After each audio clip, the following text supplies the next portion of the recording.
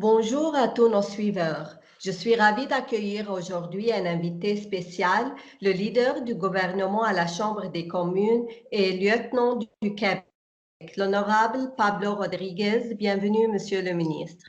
Bonjour, Cathy. Merci beaucoup de l'invitation.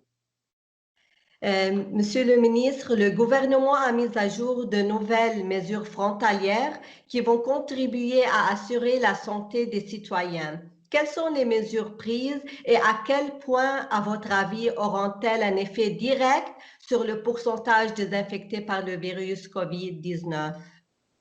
C'est une très bonne question. On a mis sur pied des mesures très strictes, parmi les plus strictes au monde. Tout d'abord, on limite le nombre d'aéroports par lesquels on peut arriver au Canada. Tous les aéroports sont fermés, les vols internationaux, sauf 4. Montréal, Toronto, Calgary, Vancouver. Ensuite, quand vous arrivez au Canada, avant de venir, vous devez payer 2 000 $ et réserver un hôtel certifié par le gouvernement du Canada. Ensuite, vous devez passer un test avant de partir. Donc, imaginez, là, vous êtes à l'étranger, vous devez payer 2 000 $ pour réserver l'hôtel, vous devez passer un test avant de prendre l'avion, il faut qu'il soit négatif. Vous arrivez au Canada, un autre test, il faut qu'il soit négatif. Et ensuite, vous êtes pris en charge par l'hôtel où vous allez et par les autorités fédérales pour aller faire 3 jours de quarantaine. Si c'est négatif, vous finissez la quarantaine chez vous. Si c'est positif, on vous transfère à un autre centre supervisé par le fédéral pour finir la quarantaine là-bas. L'important, Cathy, c'est qu'il faut contrôler ce nouveau variant, que ce soit le variant d'Angleterre, britannique, que ce soit d'Afrique du Sud, Brésil ou autres qui pourraient arriver. Ils sont plus contagieux. Alors, on doit mettre des mesures en place pour le contrôler. C'est exactement ce qu'on a fait.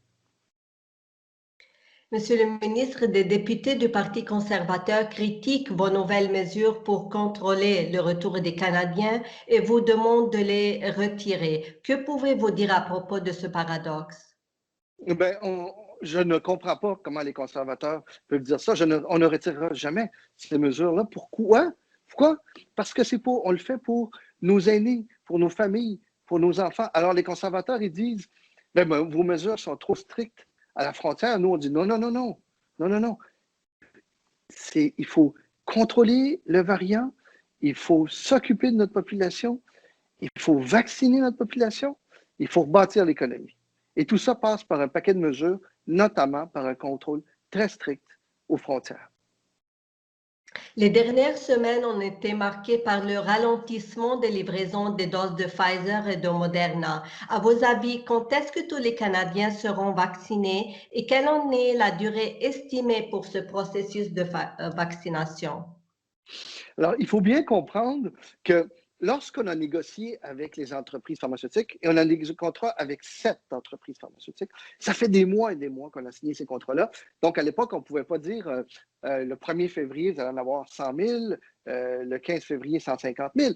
On fonctionne par trimestre. Alors, je sais qu'il y a du bruit autour de ça et l'opposition essaye de marquer des points politiques, mais la réalité, c'est qu'on y va par trimestre. Donc, nous, on dit d'ici le 31 mars, donc le premier trimestre, il y aura 6 millions de vaccins distribués au Canada. Ensuite, d'ici le 30 juin, la moitié de la population sera vaccinée.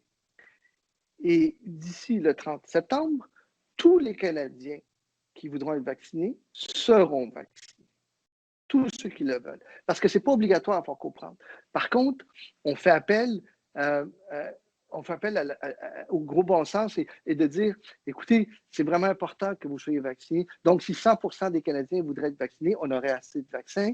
Mais dans tous les cas, au 30 septembre, tous ceux qui veulent être vaccinés seront vaccinés.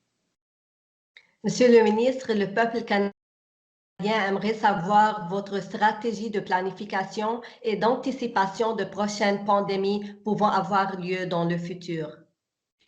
C'est une très bonne question parce qu'on se rend compte qu'on était vulnérable et trop dépendant envers certaines choses. Alors, on travaille actuellement sur l'autosuffisance alimentaire, c'est-à-dire avoir plus de production alimentaire, plus de transformation alimentaire chez nous au Canada.